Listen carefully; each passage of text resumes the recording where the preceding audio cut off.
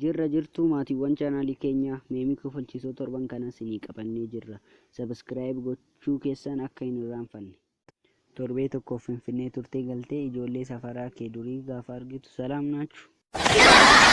Yeroo jalqabaaf Wallagga dhaqxee otoo of sodaachaa karaarra deemtu gommaa konkolaataa dho'ee yommuu dhageessu qabsaa'aan hin kufa qabsoon itti fufa harruma na baasi miila koo jecha kuttaa. Fardaan Gondoriin deemte ennaa jarri bu'ii boqodhu siin jedhan gowwaa kee barbaadi farda koo hatuufi. Halkan otoo haadha manaa kee wajjin raftu yeroo isheen seexanatu na qoraa jira siin jettu rafi muudii natti hin qabatin seexanni akkamitti seexana qorti.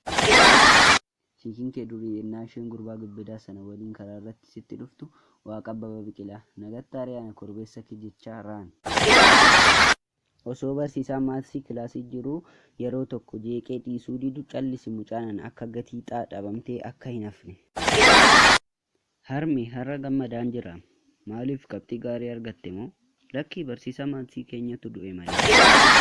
Konkolaataa keessatti herreega jettee qarshii funaana otoo deemtu faranjiin wayii argitee waan jettuun gaafa dhabdu maatis biroo maatis.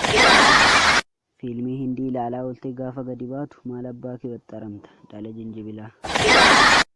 Qormaatatu ba'e jedhanii teekstiin siif erganii itti naqxee baatee poolisii federaalaatu hojjete jechuu yeroo dhageessu.